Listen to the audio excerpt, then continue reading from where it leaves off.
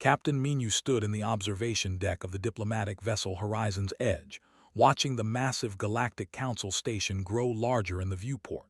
The structure was enormous, built by 1,000 different species over centuries. Lights flickered across its surface like stars, and ships from across the galaxy docked at its many ports.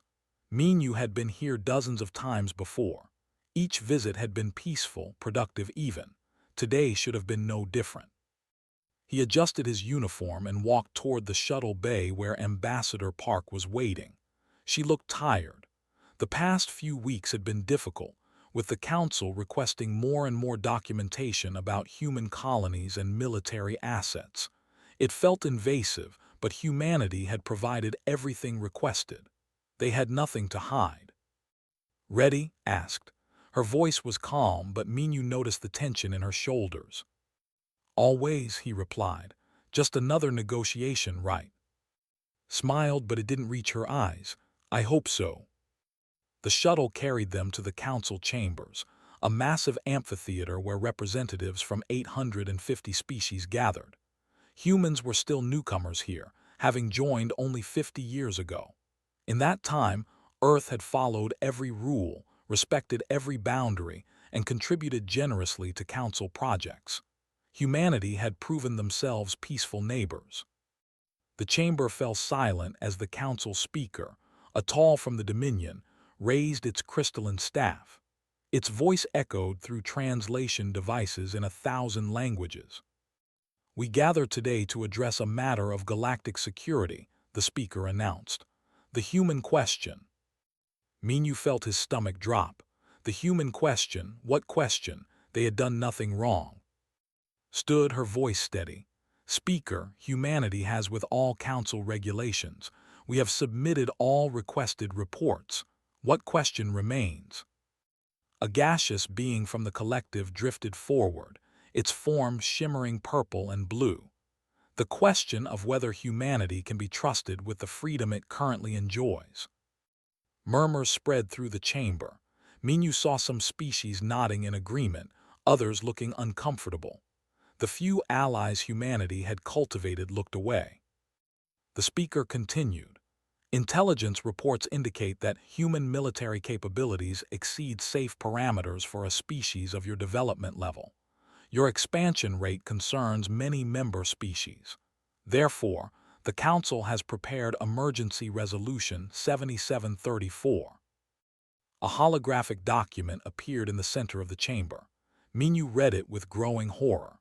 The resolution demanded that humanity reduce its military fleet by 90%. All human colonies beyond the Sol system would be placed under Council protection, meaning Council governors would oversee them. Earth would pay tribute to the Council treasury for the next century to fund this protection. Failure to comply would result in economic sanctions and possible military intervention. His face had gone pale, but her voice remained strong. "This is outrageous. Humanity has never threatened any Council species. Our military is purely defensive. Our colonies are peaceful and prosperous. What intelligence reports show us this evidence?" The speaker's compound eyes glittered. "The evidence is classified. The Council has reviewed it thoroughly." "Classified?" His voice rose. "You accuse us of being a threat and refuse to show evidence. This violates every principle of Council justice." A reptilian delegate from the Skarn Empire hissed its agreement. "Thee and rush this resolution. They present no proof. This is wrong." But the chamber was not swayed.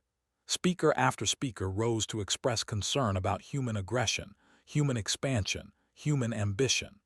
They spoke of humanity's history of warfare on Earth, conveniently ignoring that humans had achieved global peace 2 centuries ago.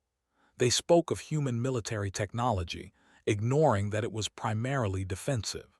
They spoke of human colonization, ignoring that every colony had been established in unclaimed systems. Minu realized with cold clarity what was happening. This had nothing to do with security.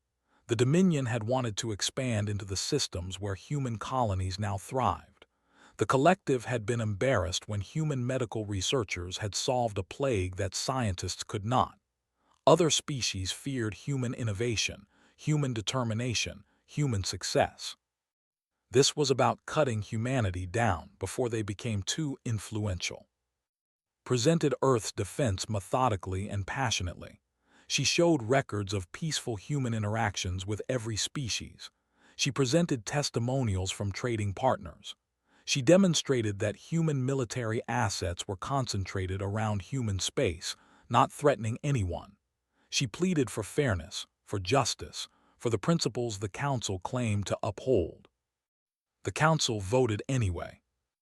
847 species voted in favor of the resolution. Only 3 voted against: the Skarn Empire, the Harmony, and the Small Confederation. Humanity's fate was sealed. "You have 6 months to comply," the speaker announced. "Council peacekeeping forces will be dispatched to oversee the transition. This session is concluded." Minyu watched hands clench into fists. Her jaw was tight, her eyes burning. But when she spoke, her voice was ice-cold and perfectly controlled. "I request formal permission to address Earth's government immediately." The speaker waved a dismissive claw. "Granted. We expect humanity to see reason. You are a young species. Learn to accept your place in the galactic order." As they walked back to the shuttle, neither Minyu nor spoke. The silence between them was heavy with rage and shock. 50 years of good faith, of cooperation, of following rules meant nothing. The Council had decided humans were too successful, too independent, too unwilling to stay in the box others wanted to put them in. Back on the horizon's edge, immediately opened a secure channel to Earth. Premier Lee appeared on the screen, his expression grave. He had been watching the proceedings.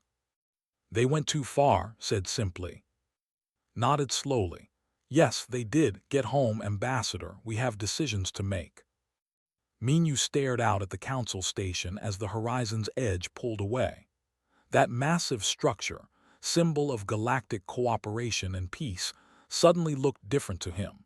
It looked like a cage that had been waiting to snap shut around humanity. The journey back to Earth would take 3 weeks. Minyu suspected that by the time they arrived, the United Earth Coalition would have already made its decision. You could push humanity. You could challenge them. You could even fight them. But you could not humiliate them and expect submission. The Council had made a terrible mistake. They had forgotten one crucial thing about humans. Humanity had spent thousands of years fighting each other, learning lessons in blood and fire about tyranny and freedom. They had united precisely because they refused to accept oppression any longer. The galaxy was about to learn what humans had learned long ago. There are worse things than war. Slavery by another name was one of them. The emergency session in Geneva had been going for 18 hours. Premier Lee sat at the head of the massive circular table, surrounded by representatives from every continent on Earth and every colony in human space. The room hummed with angry voices, desperate voices, voices demanding action. Let them speak. Everyone needed to be heard. Finally, he raised his hand. The room fell silent. "We have all seen what the Council demands," said quietly. His voice was calm, but everyone in the room could hear the steel beneath it. "They want to strip us of our defenses. They want to occupy our colonies. They want us to pay for the privilege of becoming second-class citizens in our own territory. The question before us is simple. Do we comply?" "We must fight," shouted a delegate from the African Union. "They cannot do this to us." "If we fight, we lose," said a woman from the Asian coalition. "Their combined fleet outnumbers us 50 to 1. They would crush us." Nodded to Admiral, who stood. The Admiral was a small woman with gray hair and sharp eyes that had seen 3 decades of military service. She activated a holographic display in the center of the table. "The Council believes they know our military strength," said. "They are wrong." The display showed ship counts, weapon systems, and defensive installations. The numbers were significantly higher than what humanity had officially reported to the Council. A shocked silence filled the room. "For the past 20 years," continued, The United Earth Coalition has maintained shadow military assets, unofficial shipyards, hidden weapons platforms, advanced technology we never shared with the Council. We did this because our strategic planners predicted this exact scenario. Some species would eventually see human success as a threat. "How many ships do we really have?" asked Governor from Mars. "Officially, 300 warships. Actually, close to 2,000, including ships with capabilities the Council has never seen." His expression was grim. Could we win a war against the Council? No, but we could make them bleed. We could make them regret attacking us. Before anyone could respond, Chief Engineer Song stood up. He was young for such an important position, barely 40, but his brilliant mind had revolutionized human FTL technology. "Fighting is one option," said, "but I want to present another, Project Exodus." Another holographic display appeared, showing star charts of regions beyond known Council space. Markers indicated dozens of locations. "For 15 years, a small team has been working on this in absolute secrecy," explained. "We have identified over 40 habitable systems beyond Council territory. We have built hidden shipyards there. We have stockpiled resources. We have developed new FTL drives that are twice as fast as Council technology. Project Exodus was designed to ensure human survival if the worst happened." "You are talking about running away," said a European delegate. "I am talking about walking away," corrected. "There is a difference. We do not run in fear. We leave because we choose to. We take everything we have built and move beyond their reach. Let the Council have their empty space. We will build something better." The room erupted in argument again. Some called it cowardice. Others called it wisdom. Let the debate rage for another hour before calling for silence once more.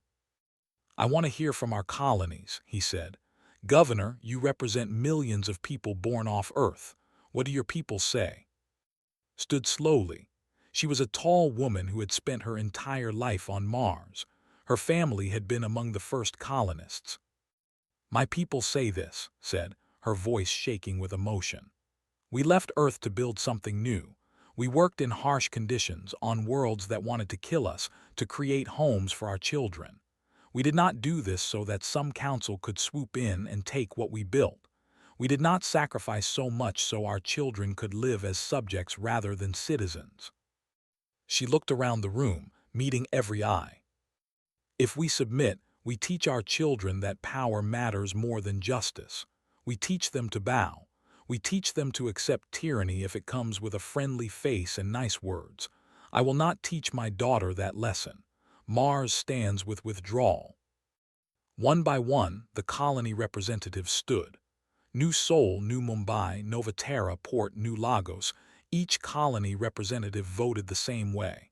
Leave the Council. Take everything humanity had built and start fresh. The Earth representatives were more divided, but slowly, the consensus built. Humanity had come too far to accept change now. Looked at each person in the room carefully. This decision would define humanity's future for generations. "Then we are agreed," he said. "Humanity withdraws from the Galactic Council. We will evacuate every human from Council space. We will take every ship, every resource, every piece of technology. We will leave nothing behind. Admiral, how long do you need?" 6 weeks to evacuate everyone safely," said. "But the Council gave us 6 months. We should use that time. Let them think we are preparing to comply. Then we move fast and all at once." "Chief Song, can your Exodus project support everyone?" "Yes, Premier. The infrastructure is ready. We have been preparing for exactly this." Stood, "Then this is the plan. For the next 5 months we appear to comply. We begin decommissioning old ships. We send diplomats to negotiate details. We play for time. Meanwhile, we secretly move people, resources, and technology to Exodus staging points. When we are ready, we evacuate everyone in 48 hours. By the time the Council realizes what is happening, we will be gone." "They will try to stop us," someone said. "Let them try," Admiral said coldly. We will have surprise and determination on our side. Any council ship that tries to stop our evacuation will learn why humans survived 10,000 years of evolution as persistence hunters. We do not give up, we do not back down, and we do not let anyone take our people. The vote was called. It was unanimous. Every representative, every colony, every voice agreed. Took a deep breath. He thought about the 50 years humanity had spent trying to be good council members. He thought about the friends they had made, the good they had done, the hope they had carried for peaceful cooperation among the stars. The council had destroyed that hope, not with weapons but with arrogance and fear. "Very well," said. "Ambassador Park will deliver our official response to the council tomorrow. She will tell them we are considering their demands and request time for proper transition. We will lie to them because they lied to us. We will smile while we prepare to leave. And when we go, we will make sure they understand one thing clearly." He looked at every face in the room. Humanity came to the stars seeking peace. We offered friendship, knowledge, and cooperation. The council responded with demands and threats. They will not get another chance. We will build our own future, far from their reach. And if they ever come looking for us with anything other than a sincere apology, they will find that humans are much more dangerous when you make them your enemy instead of your friend. The meeting was over. The decision was made. In 6 months, humanity would vanish from council space like smoke in the wind. Let the council wonder where they went. Let them question their choice. Let them learn the cost of pushing people too far. History would remember this day as the moment humanity stopped asking for permission to exist. Commander Nam watched the countdown on his command screen. 72 hours until the evacuation began. 23 human colonies across council space would need to be emptied in 48 hours. Every man, woman, and child. Every ship, every piece of equipment that could be moved, every scrap of data. The logistics were nightmarish, but had planned every detail for 5 months. His fleet of transport ships was hidden in deep space, waiting. Thousands of civilian vessels had been quietly repositioned over the past weeks, their captains told to be ready to move at a moment's notice. The cover story was a massive trade convoy. The council suspected nothing. Pulled up the colony list again. New was the largest, with 800,000 people. Port Hannah had only 5,000. Some colonies were on planets with breathable atmospheres. Others were in sealed habitats on moons or asteroids. Each presented unique challenges. "Commander, incoming message from Admiral," his communications officer said. Open the secure channel. His face appeared, looking as calm as ever. "Status report," she asked. "All ships in position. All colony governors have their evacuation plans. We are ready, Admiral." "The Council is getting suspicious. Their intelligence ships have been monitoring human space more closely. I suspect they know something is coming. We may need to move up the timeline." Felt his pulse quicken. How much earlier? 48 hours, can you do it? Every calculation had made assumed they had the full 6 months to prepare. Losing 2 days meant cutting margins that were already razor thin. But humans did not get to where they were by giving up when things got hard. "Yes, Admiral, we can do it." "Good, execute in 48 hours, and bring everyone home." The channel closed. Immediately contacted every ship captain, every colony governor, every team leader. The operation was moving forward ahead of schedule. On New Colony, Captain Han received the message and immediately sounded the evacuation alarm. The colonists had been drilled on this procedure for months, told it was just a safety exercise. Now they learned the truth. Stood in the colony's central plaza, addressing thousands of frightened people through speakers. "You all know the Council's demands. You all know what they want to take from us. Today we say no. Today we leave. Take only what you can carry. Leave everything else. Your families, your friends, your lives matter more than any possession. The ships will be here in 6 hours. Be ready."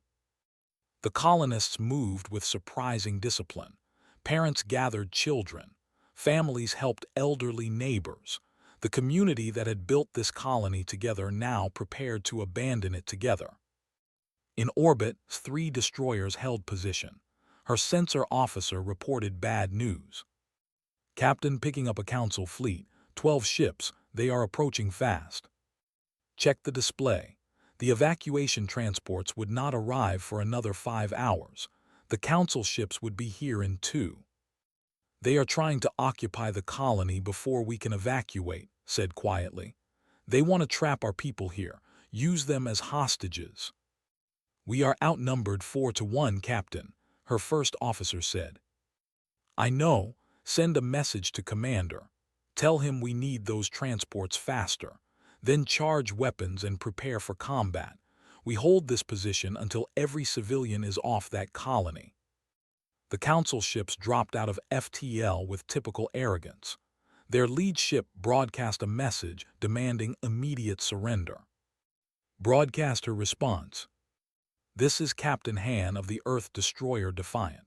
You are ordered to withdraw from human space immediately. Any hostile action will be met with force. The commander's laugh crackled over the channel. 3 small ships against you are either brave or foolish human.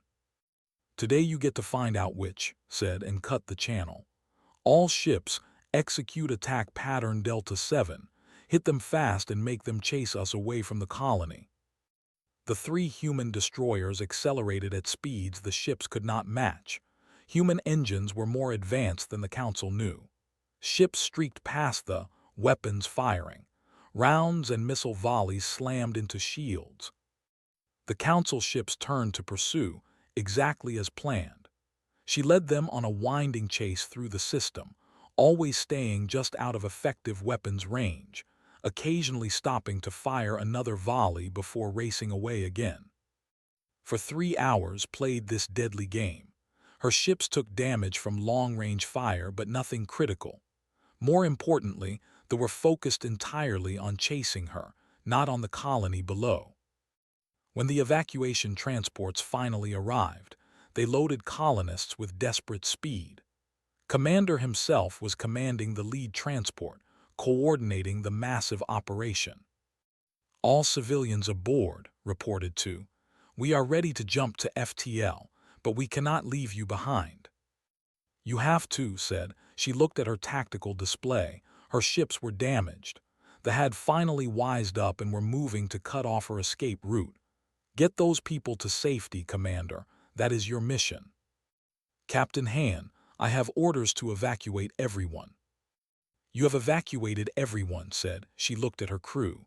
They were exhausted, scared, but not one of them looked like they wanted to run. My crew and I will buy you time. Then we will follow in escape pods. Now go, Commander. That is an order. Hesitated for only a moment. Then the transports jumped to FTL, carrying 800,000 people to safety. Turned her 3 battered destroyers toward the. What is the play, Captain? Her first officer asked. We make them earn it, said. Full power to engines. Arm every missile we have left. We are going through them, not around them.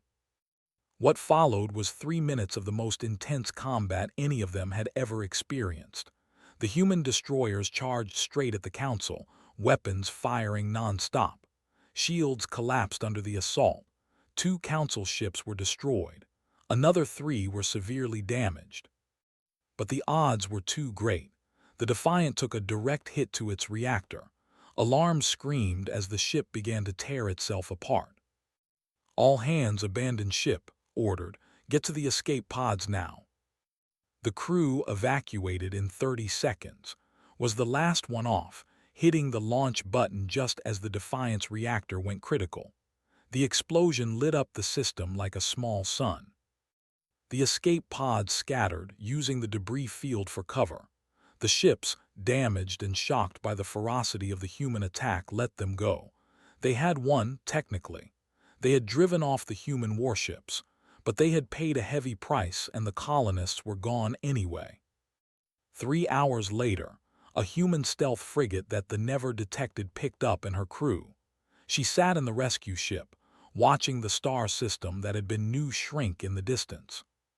"You did well, Captain," Commander said. He had personally come back for her. "Everyone is safe."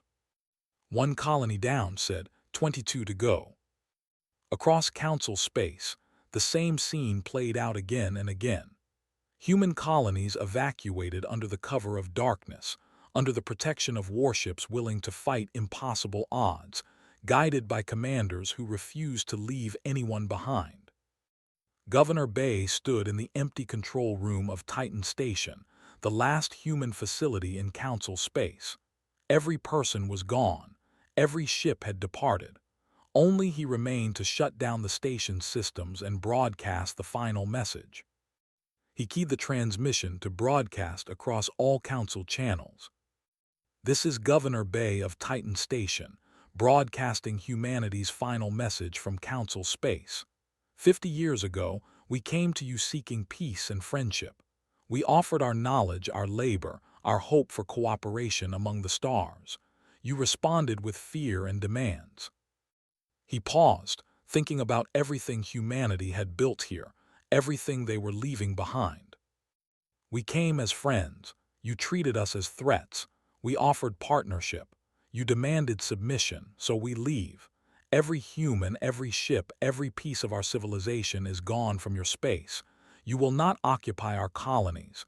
You will not seize our resources. You will find only empty stations and silent worlds." His voice hardened. "Humanity remembers. We remember who stood with us. We remember who voted to chain us. And we remember that peace only works when all parties respect each other. You did not respect us, so we owe you nothing." He shut down the station's power core and walked to his shuttle. "Do not follow us. Do not search for us. We are beyond your reach now. And if you ever find us again, you will deal with a humanity that learned a hard lesson about galactic politics. We will never trust you again." Governor Bay's shuttle jumped to FTL, leaving Titan Station dark and empty. Within 48 hours, every human presence in Council space had vanished. 23 colonies, 3 million people, 2,000 ships, gone like they had never existed. The Council was stunned. They had expected compliance or resistance, not this. Not a complete withdrawal so perfect and thorough that not a single human was left behind. Humanity had not fought. They had simply walked away. And somehow that felt like the most powerful statement they could have made. 3 years had passed since humanity's exodus from Council space. Ambassador sat in the empty observation deck of her ship, staring at the coordinates where New Colony used to thrive. She was one of the few who had voted against Resolution 7734. Her species, though, believed in justice over convenience. She had tried to stop what happened to humanity. Now she was here to face the consequences of her failure. The colony was exactly as reports described, empty. The habitation domes were intact but powered down. The orbital stations were silent, not destroyed, not damaged, just abandoned. Humans had taken everything of value and left only the shells behind. "Scan complete," her science officer reported. "No life signs, no active technology, no indication humans were ever planning to return." Had visited New twice before the exodus. She remembered a vibrant community, markets full of goods from Earth and human colonies, children playing in the park domes, engineers working on projects to improve the colony. Now there was nothing, just silence. "Take us to the next location," she ordered. They visited 12 former human colonies, all the same, empty, silent, abandoned. The Council had made a terrible mistake, had known it immediately, but the full extent was only becoming clear now. Humanity had not just been another member species. They had been innovators, problem solvers, traders who connected different parts of Council space. They had been the mechanics who kept things running, the doctors who solved medical mysteries, the engineers who improved old technology. Without them, cracks were showing everywhere. Trade routes that human merchants had maintained were collapsing. Council species were fighting over territories humans had helped them share peacefully. Medical treatments that human researchers had developed were no longer being updated. Technology that humans had maintained was breaking down. The Council had not just lost 3 million humans. They had lost the glue that held parts of their civilization together. Its mission was unofficial. Her government wanted to know where humans had gone and whether contact could be reestablished. The Council officially claimed they did not care about humanity's departure. Privately, they were growing concerned. She jumped her ship to the edge of known space, following rumors and traces. Finally, at the very border of charted territory, her sensors picked up something. An automated station, broadcasting a simple signal. "Bring us alongside," ordered. The station was small, clearly human in design. It was transmitting a message on repeat, played it through her ship's speakers. A woman's voice, calm and professional. "This is Minister of the Free Humanity Collective. If you are receiving this message, you have reached the border of our territory. We have no quarrel with peaceful travelers. However, we have no diplomatic relations with the Galactic Council. If you represent the Council, turn back now. If you seek humanity's friendship, know that we remember what was done to us. Trust must be earned, not demanded. Safe travels." The message repeated. Tried to send a response, but the station did not acknowledge. It was receive only, a one-way communication. "Run a deep scan," said. "See if you can find any indication of where they went from here." The scan revealed something disturbing. Around the station, drifting in space, were pieces of wreckage, Council ship wreckage. Recent, maybe a few months old. Recognized the design. Dominion warships. What happened here? Her science officer wondered. The answer came from the station's secondary data banks. The logs were not encrypted, almost as if humans wanted people to find them. They documented 3 separate incidents where ships had tried to push past the border station into human territory. All 3 attempts had ended badly for the logs described weapon systems unlike anything in Council databases.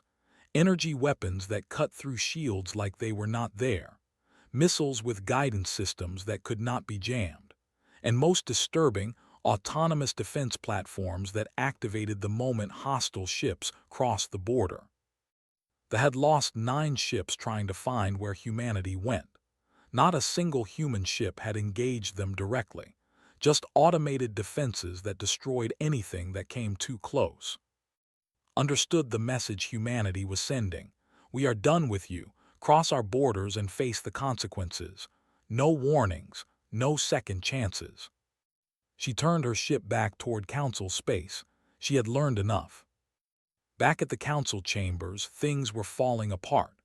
The Dominion, emboldened by humanity's absence, had tried to expand into the territories humans once occupied.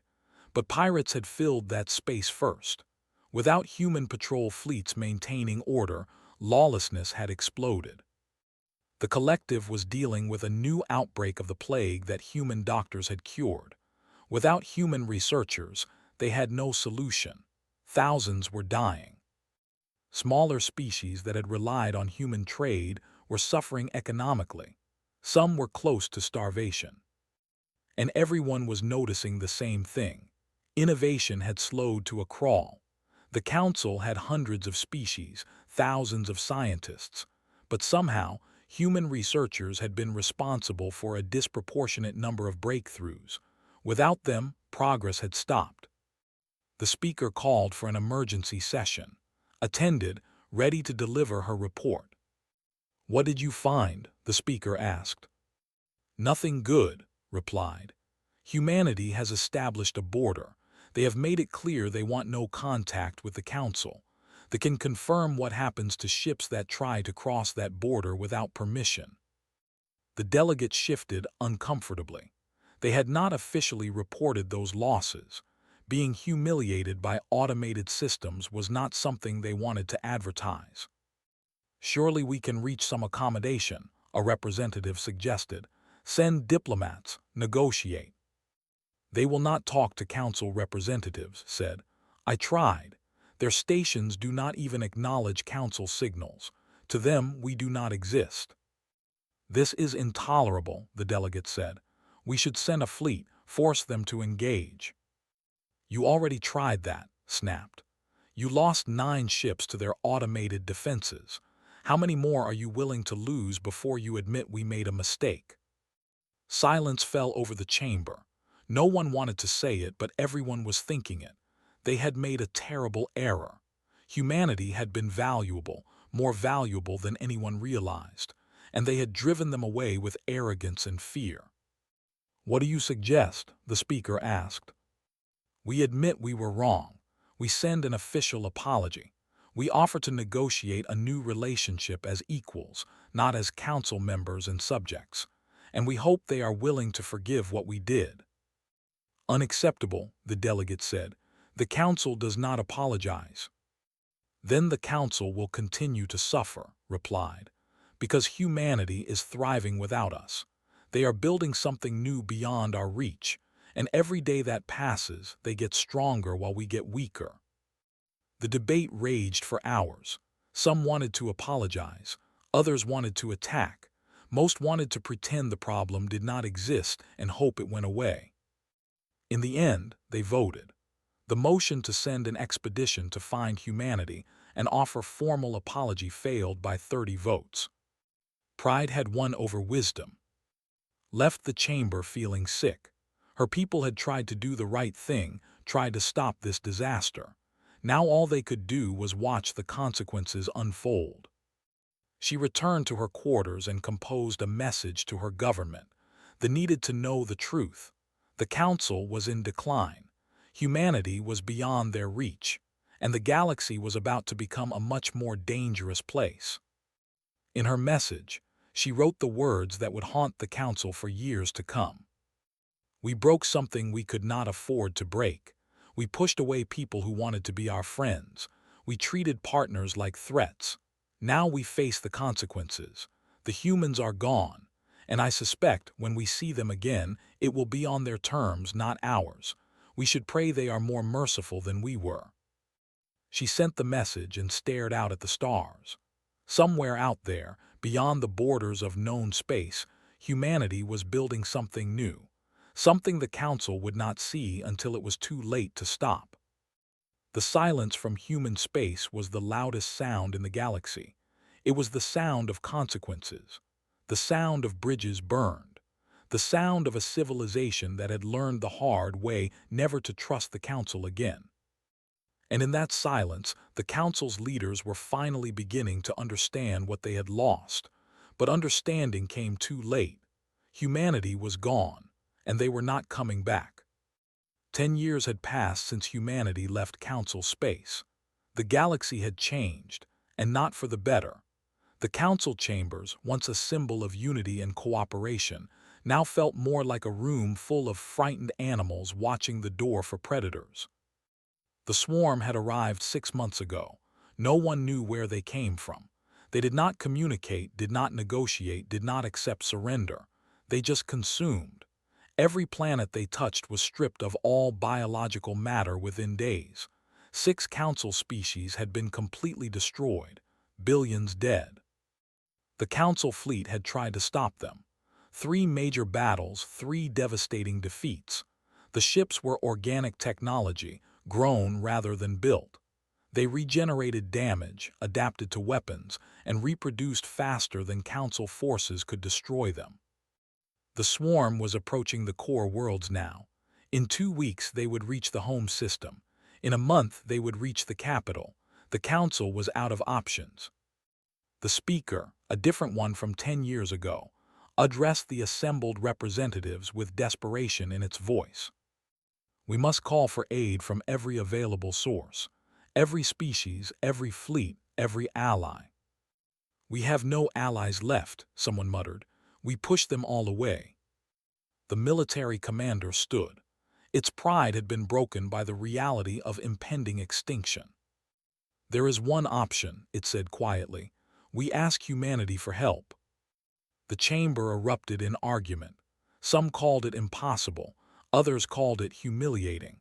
A few asked if humanity even still existed. "They exist," said. She was old now, her years of warning the council about their mistakes weighing heavily on her. "And they are strong. Stronger than us, I suspect. But why would they help us? We gave them every reason to let us die." "Because humans are sentimental fools who cannot help themselves," the commander said. "They value life, even life that does not value them in return. It is their weakness. Perhaps we can use it one last time." Wanted to argue, but she could not. That was right in its own cruel way. Humans did value life. Even after everything the council had done, humans might still help. The vote was called. This time it was unanimous. Send a plea for help to humanity.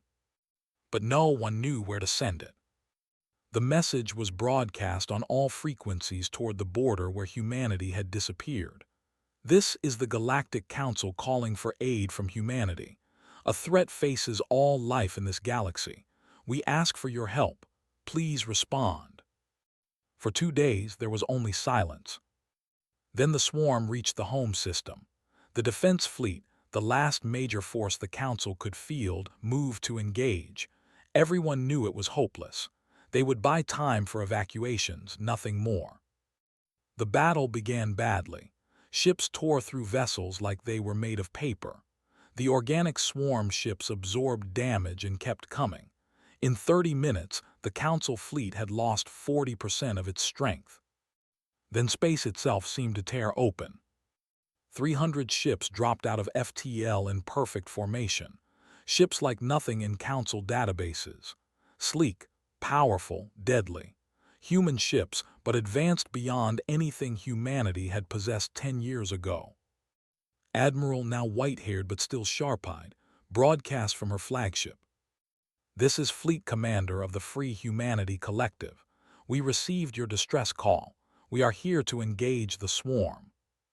The Council Fleet Commander was too shocked to respond for a moment. Finally, it managed to say, "We are grateful for any aid you can provide." "We are not here to save you," said coldly.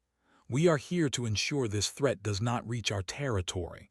What happens to Council worlds is not our concern, but we will not let this swarm spread. All Council ships fall back. We will handle this." What followed was the most stunning military display the galaxy had ever witnessed. Human ships moved with impossible coordination, their weapons tearing into vessels with brutal efficiency. The swarm ships that had seemed unstoppable were burning by the dozens. Human missiles used some kind of biological weapon that prevented regeneration. Human energy weapons operated on frequencies that disrupted the organic technology. Human tactics adapted faster than the swarm could respond. In 6 hours it was over. Every ship in the system was destroyed. Not a single human vessel was lost. The Council fleet hung in space, watching in stunned silence. A force that had crushed them had been eliminated with almost casual efficiency. Face appeared on every Council ship's communication screen. "The immediate threat is neutralized. We will track the swarm back to its origin and eliminate it completely. You are safe for now. Consider this debt paid for the 3 species who voted against our expulsion. The rest of you received more mercy than you deserved."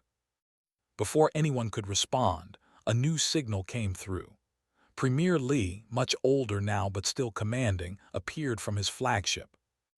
"Galactic Council, this is Premier Lee. 10 years ago you forced us to leave. You treated us as threats rather than partners. Since then we have built a new civilization beyond your borders. We have advanced. We have grown. We have thrived without you." He paused, letting that sink in. "But we are not cruel. We do not let entire species die because their leaders made poor choices. We came because innocent people were dying. We came because that is who humans are. We protect those who cannot protect themselves, even when they do not deserve it." Watched the broadcast with tears in her eyes. After everything, humanity's essential nature had not changed. They were still the people who helped, who protected, who valued life. However, continued, his voice hardening, we will not rejoin the council. We will not submit to your authority. If you want our cooperation, it will be as equals. We are willing to establish diplomatic relations. We are willing to trade.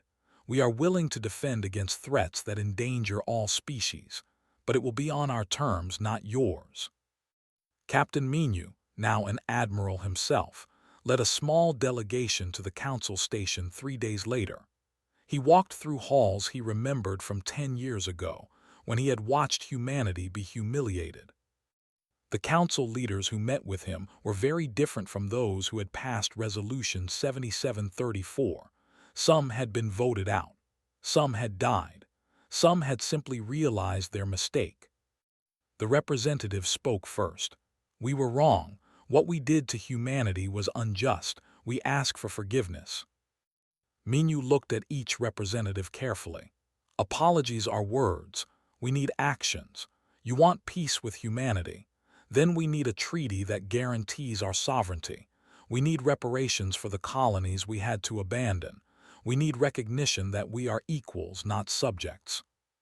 You have it, the speaker said immediately. Whatever you ask, you saved us. We owe you everything. You owe us nothing, Minu corrected. We did not come to create debt. We came because letting billions die was unacceptable, even if those billions treated us poorly. That is not a debt. That is just who we are. He pulled out a data pad with humanity's terms. They were fair but firm. The council would formally apologize. They would pay reparations. They would recognize human sovereignty absolutely. They would establish mutual defense treaties but would have no authority over human space. They would agree to free trade but on equal terms. The council agreed to everything. Over the next weeks, humanity established embassies in council space. Trade resumed. Technology exchange began again, though this time humans were much more careful about what they shared. But humanity did not move back to their old colonies. Those remained empty, monuments to what had been lost. The Free Humanity Collective existed far beyond council borders, independent and strong. Lieutenant Saurahan stood on the observation deck of the destroyer Defiant II, named for her mother's ship. She was young, barely 25, but she carried herself with the confidence of someone who knew her place in history. Young recruits gathered around her as she told the story her mother had passed down. 10 years ago, the council tried to chain us, Sora said. They feared our success and tried to break us. Instead, they freed us. They taught us that we could never rely on others for our safety, our freedom, or our future. She pointed to the stars outside the viewport.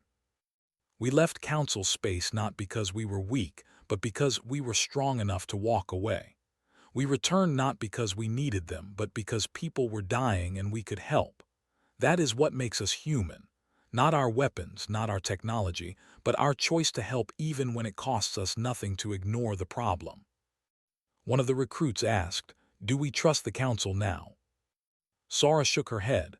"No, we cooperate with them. We trade with them. We will even fight beside them when necessary. But we never forget what they did. We never forget that they chose fear over friendship. That lesson cost us dearly. We will not pay that price again." She looked at each young face.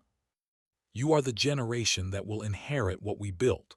You will live in a galaxy that respects humanity because we earned that respect. Not by bowing, not by submitting, but by being strong enough to walk our own path. Remember that. Remember that freedom is not given, it is taken. Remember that respect is not requested, it is earned. Remember that humanity bowed once and vowed never to bow again." The recruits saluted and left to their stations. Sora stayed, watching the stars. Somewhere in council space, aliens who had once tried to break humanity were learning to live alongside them as equals. It had taken a crisis to teach them what should have been obvious from the start. True strength was not in forcing others to submit. True strength was knowing when to walk away, when to fight, and when to extend a hand to those who did not deserve it. Humanity had learned that lesson the hard way. They had been betrayed, humiliated, and forced to abandon everything they had built in council space. But they had emerged stronger, wiser, and more dangerous than before.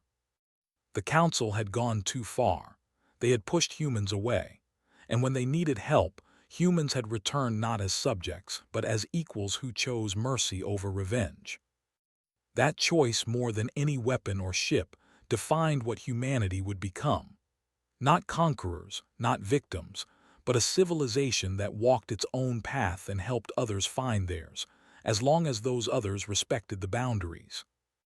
The galaxy would never forget the lesson of humanity's exodus and return. You could push humans, you could challenge them, you could even fight them, but you could never again make them bow. That era was over. Humanity had left peace once because others made it impossible. They had returned to peace on their own terms. And they would never compromise on that again.